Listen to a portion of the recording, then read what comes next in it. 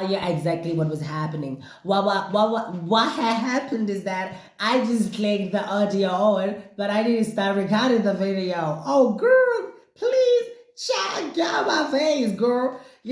But anyways, welcome to It Was Never Personal with Yummy Walfred. It's me, Yummy Walfred. Again, if you want to know what I'm about to do for you now, just tune in onto the audio because those ones who are listening to the audio will get it. I mean, they don't see me, so I gotta give them a little something, to keep them coming back for more. So,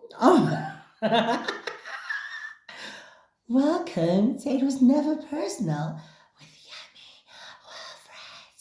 Oh my god, I think I need lashes for my new look.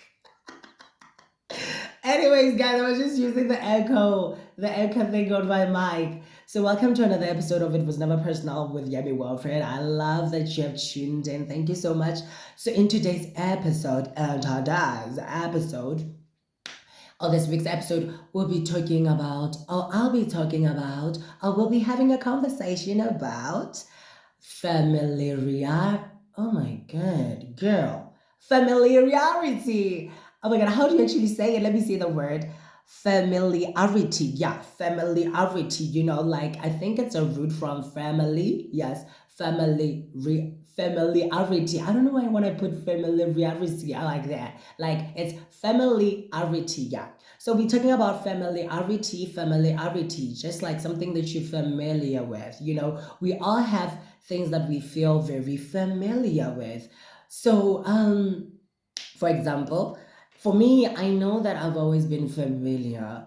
Did I just say I've always been? I done did do that, but I'm never gonna do it again. So I've had time where I was very familiar with chasing after unavailable boys, or straight boys. It's kind of like that situation where a gay guy runs after a straight guy, and the straight guy has their eyes on a straight girl who has and their eye on another girl or another boy, and so deep into it. But therapy says that if you do that, it means that you're not really actually um you're not ready or you're not willing to be in a real loving relationship, which was true because I knew that I now understand that back then I was not really vulnerable. So how dare I try and step into any situation where I'm vulnerable or made to be vulnerable when I'm not ready to be vulnerable. So I was not really ready for a real loving relationship. I get it.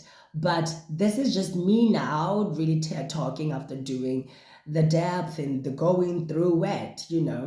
So, um, this realization that I've been after straight boys who are emotionally unavailable has been with me around or since. I mean, it started with, I don't know when it officially started. I don't know because I know that in primary, I was not really that kind of lovey dovey boy. I wasn't really running after boys. It was all books. You want to talk about books? Let's talk about books. So I was talking about books and books and books and books. But then junior high school, I guess that's where it started, where I saw that guy and that guy and that guy and that, just always seeing, and this is the thing, they were very similar. They're very similar, yes. So familiarity. I would always want I would always want a boy to suck off onto. I say suck off onto, but really I wasn't really depriving them of anything. It's just that I wanted to feel some sense, something. I wanted to feel some pain, which was really, I believe it comes back from my childhood. Like I'm looking at my child up in there, and yeah, I guess she goes, yeah, preach, bitch, preach. Anyways, I think it goes back to the little Yummy Wilfred who felt unlovable, So the only way for him to feel like, yeah, I'm unlovable, um, was for him to recreate or to keep on creating situations or getting into situations where he feels familiar, because that pain or that feeling of being unlovable was familiar to him. It was familiar to my inner child. But now it isn't. And I'm just here to tell you that whatever that you're familiar with, that you're not worthy enough, that you have to work before you can be approved or whatever, it's not true. So because mm-mm, you don't need that pressure. You don't need that. It's not good. It's not. It's not. Trust me. So I made this realization when I was but I remember that it started when I was 13. I think I was 13 or 12, late in my 12th year or 13th year in the planet Earth. I think that's when I realized, oh, okay, I think I have a problem. Something is going on. But then I remember the other time when I think I was 16 or 15. I was sitting down in the living room, during the school holidays, and I was having my self talk. I really come way back. I go way back with them self talks. And I was talking about how I was feeling of this guy in high school. Yeah, if it was in high school, then it means I was 16. I was 16, yeah. So 16, I'm sitting down in the living room. No one is around for sure. And I'm just reflecting on how I've been going from one guy to the next guy to the next guy. And I'm like, huh, something is off here, because nothing ever happened. Nothing ever happened, meaning that I never got to have a loving relationship with them. But let me tell you this, they were sweet, they were kind, they were polite. There were some of them were sensitive, but they were not emotionally available. They were not vulnerable. It was just like before we could, the last stage before we can get to be intimate was that we had to actually be vulnerable to each other and be open to each other. But they would never open up to me in that way. They would never be naked emotionally with me, which I get because I mean, I also wasn't naked with them emotionally, but in my head as a 16 or 15-year old, I was like, oh my God, those guys, they hate me, they don't deserve me. It's kind of like I'll get into this trail of thought or narrative, which I do in my head and go, oh my God, that's so bad.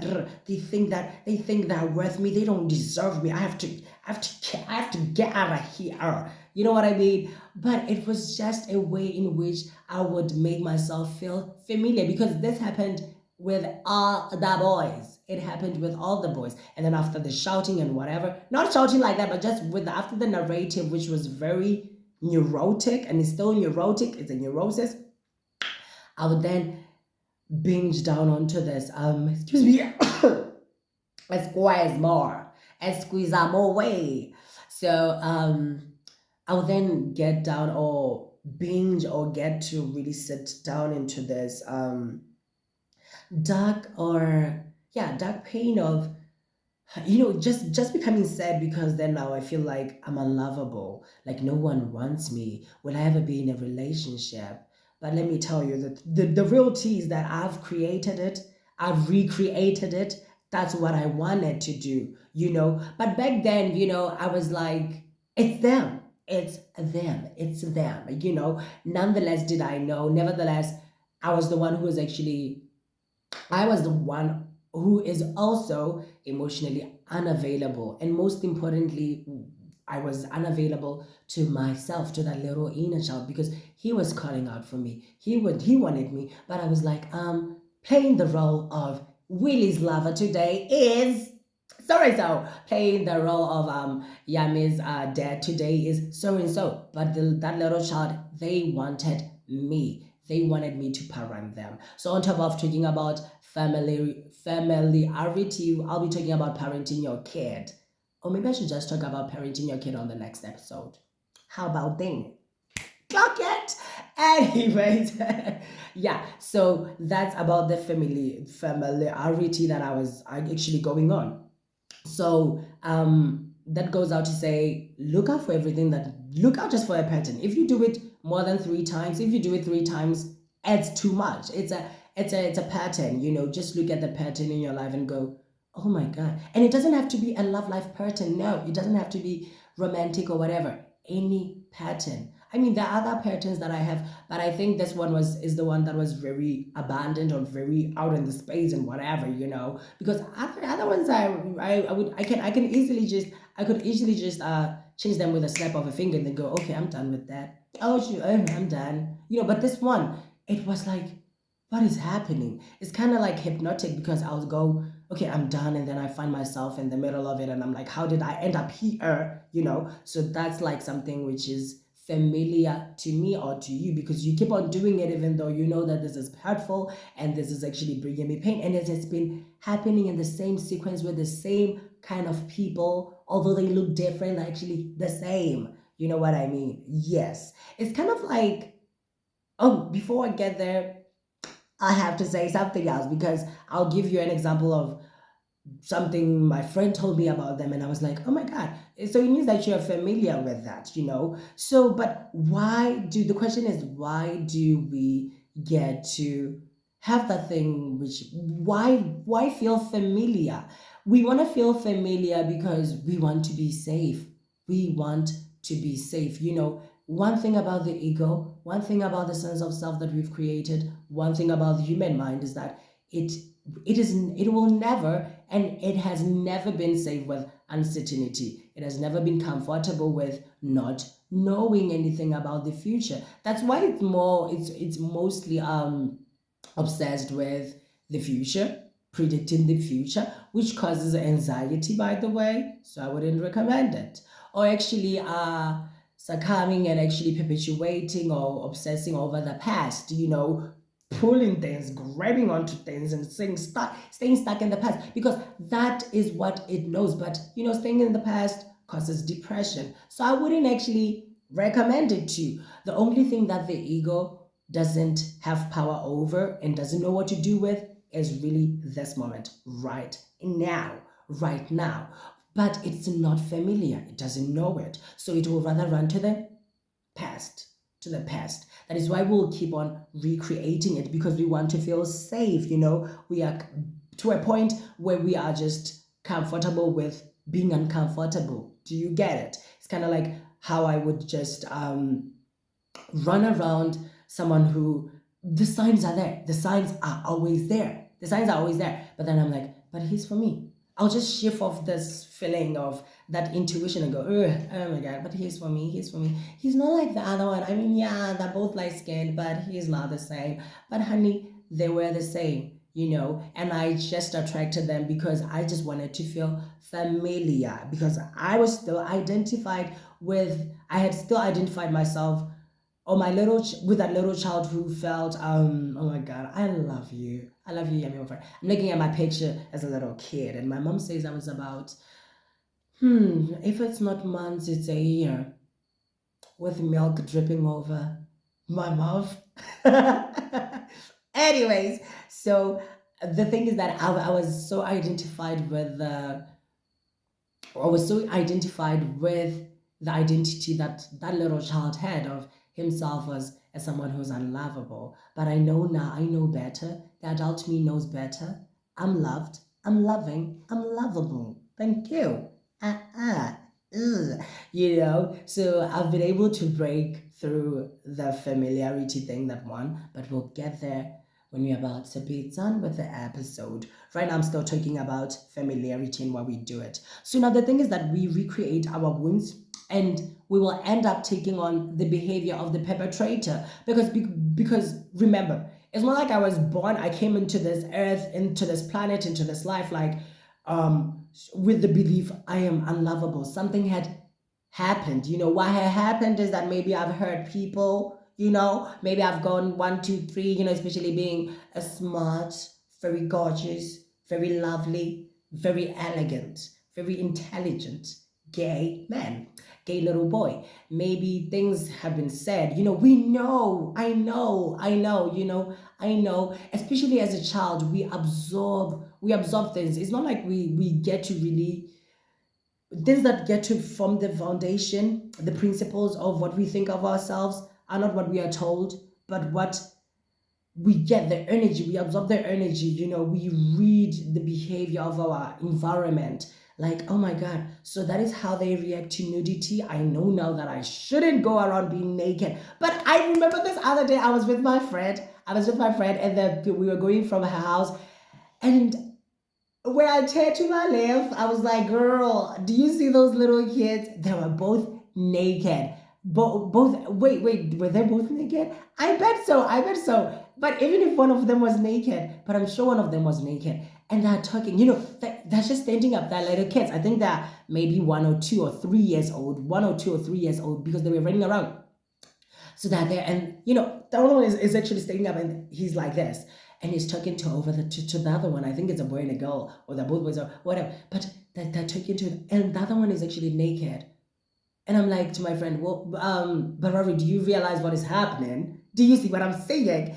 It's funny. It's where did we lose that concept? Who said that it's bad for us to go? Because you and me right now could be taking you over to, you could be going with me to board me on a combi, but I'm naked, or you're naked, and it's fine. It doesn't have to be about. It's just that we have been so fed and so, we're always thrown with fear and whatever superstitions that are fear based, and I don't want to be a part of that. I don't want to be a part of that. So, but anyways, I said all that to say that we didn't I didn't come here with the idea of me being somebody who's unlovable or who's unworthy. It had to have happened in my environment. I mean, people are, even still right now, people are still homophobic and whatever. So I guess somehow I got the idea of me as somebody who's unacceptable, who will never be loved or whatever. But I know that now that is not true. I'm worthy and I deserve love, and I'm loved and I am that one. Thank you. So so now, the thing is that, okay, I've learned it from somewhere, right? But it is my job, it is my duty and the responsibility of the adult Yami Walfred, to actually say to my little child, hey baby, I love you. Let me break it down for you. Whatever they said, it wasn't personal. First of all, it wasn't personal. It had nothing, it has nothing, and it will never have anything to do with you. So you do you. That's it.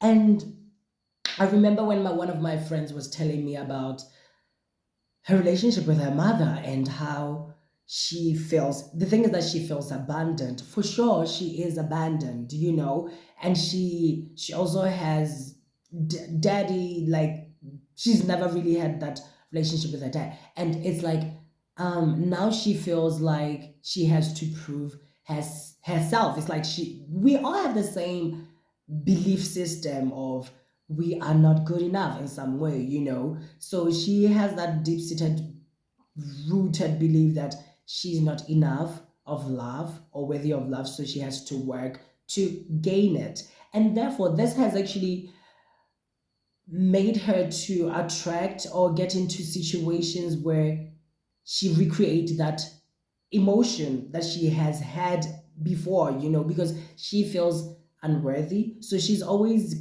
she said it to me, and we had to actually go down and go, love, I think that is what you're familiar with. She's familiar with that feeling of being unlovable, or that feeling of I'm not enough, or that feeling of, actually, yeah, her feeling is actually proving herself worthy of love. So she always attracts people or situations where she actually needs to prove that she's worthy of love by doing more and more and more, saying sorry for basic things like, oh my God. Oh my God. I remember how I was so angry at one of her friends who made her say sorry for something which was like, girl, are you even her friend? I mean, I wouldn't do that to my friend, and I don't expect my friend to do something like that to me, because I feel like, we both we both own our secrets or our life. If you're dating someone today, it doesn't mean that if you're friends you have to tell me tomorrow. Oh no, honey. If you feel like I have to tell you tomorrow, and because we are friends or something, no, mm-mm. You better check your ego. Oh my god, I have a song called Check Your Ego. Thank you. But you have to check your ego. Check your ego because how in the hell do I have to tell you about a man I met today, and you feel very obliged to know that? I mean, I have to tell you whenever I feel like if you're my friend, you have to be comfortable and allow me to tell you when I want to tell you. It doesn't mean that I don't want you or whatever. It's just what's with the pressure, guys? What's with the pressure? There's already enough pressure from outside. But if you're gonna be my friend and apply more pressure to me, I don't want that. I don't want that. But oh my God. So back to my friend, she has been familiar with just attracting people, even friends who just pushed her to the limit of really her, her belittling herself and actually saying, "Oh, you are right, you are right, you're right," even when somebody is wrong, because she wanted to be loved. And she even said that with her boyfriends, they were toxic boyfriends because with her boyfriends, it's like she wanted to recreate that relationship she had with her mother, which is very toxic, by the way, which is very toxic. And I get it. But looking down at her, I don't judge her. I get it. She feels familiar with that. But now what I like about my friend, and I'm so proud of her for, she is growing. Talking about those stages that I talked about, it's a hoax. You get angry, you get bitter, you get cynical, and then you have to actually realize along the way that, oh my God, I've been recreating all of this. I've been talk about recreating the situation, and to a point where you become or you take on the behavior of your perpetrator. If your parents were abusive to you, you then become abusive to yourself by attracting people who are abusive to you only because you want to refill it, or you want to re-experience that feeling of being an abused child. Oh my God, it's so heavy. It's so heavy. I believe that we have to free ourselves somehow. We have to, yeah, I know. It's always like, then how do you free yourself from by inexperience that you feel familiar with? Well, this is the thing. Because our ego is always going to find ways to validate its belief, which is, I'm not lovable, I'm not enough of love, I'm not worthy of love. That's the thing. Your ego is always going to try and validate that sense of self. It's like me. After I leave that boy, I'll be like, okay, yeah, I'm done with him. He done me wrong. F him, And then after some time, because I'm still identified with that hurt in the past, because I'm identified with my ego, I have that thought which says, okay, I'm unlovable. I'll try and recreate a situation where I find another boy who just have to prove to me that I'm unlovable by the way in which he will prove to me that I'm not unlovable is by not accepting to be in a relationship with me. Although the signs are there that we can actually be together forever. Thank you. You know what I mean? So that is what I mean by saying the ego will always try and find ways to validate its core belief. If your ego believes that you are worthy of being abused, you will always attract boys who will abuse you. If your ego believes that if you have an identity attached to your ego, and your ego believes that you always have friends who will betray you, you attract friends who will betray you. It's just simple as that. It's simple as that. But to really break away from it, it's a journey. It's a journey. It's much more than just going there.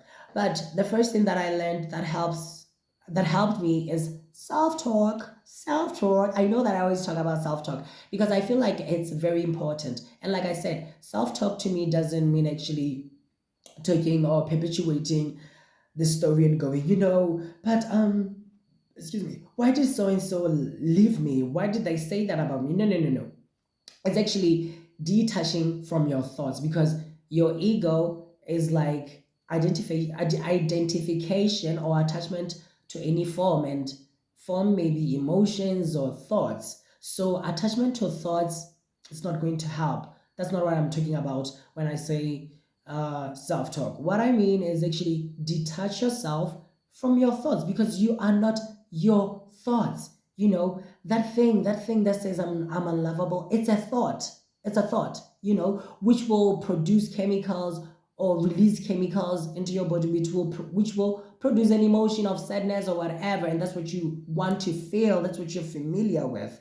But when I say self-talk, I mean detach yourself from the thoughts, place the thoughts there, place your little child there, and go, honey, listen, you've thought that you think that you're not worthy of love.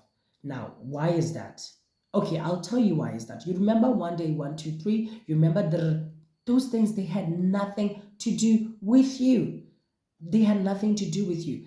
It's very important for you to do this because that inner child inside of you is still experiencing everything that has happened to them right now. They're still experiencing it as if it is happening right now because there's no time and space. There's no time and space. You think it happened 5 years ago, but it's for them. It's still happening. That's why it's still happening. So you have to talk to them right now. Go, no, honey, no, no, no. Mm-mm. It's not that deep. It wasn't about you. Whatever they said, it had nothing to do with you. Now, I get that. I get that your parent. I get that my parent, our parents were not really loving. But I'm here now to show you that I really love you. And I'm not going to allow you. I'm not going to allow us to get into any situations where we feel belittled, where we feel disrespected, where we feel unseen. I'm not going to allow us to get into situations like that. And like I said, that inner child, they know when you are BSing them. When you're full of BS, they know it. So you have to make sure that you're having an honest and truthful conversation with them. If you feel like you don't know what to do, tell them.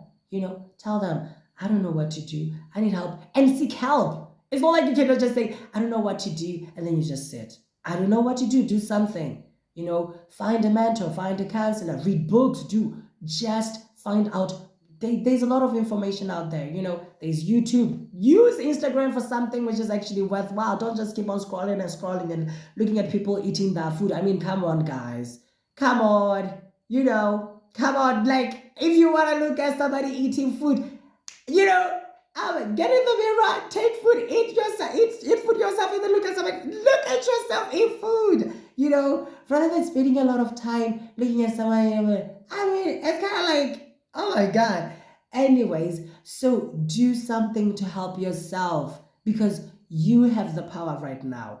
And number two, don't blame anyone. Don't blame anyone. First of all, don't blame yourself for whatever that you have done and you keep continuing to do, because this is the thing. Everyone is doing their level best to try and get out of the mess they've created. We are all doing our level best. I know it may seem like you're not doing the level best if you keep on going to the same guy, you keep on taking the same path with the same boys or girls or friends, if you keep on going back to the hub or the pub is the pub.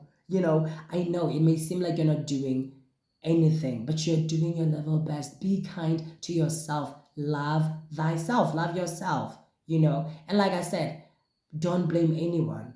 Don't blame your parents. Don't blame your friends. Don't blame those guys. Don't blame anyone. Don't blame them. Because if you blame them, what you do, first of all, you build resentment and then you hold on grudges.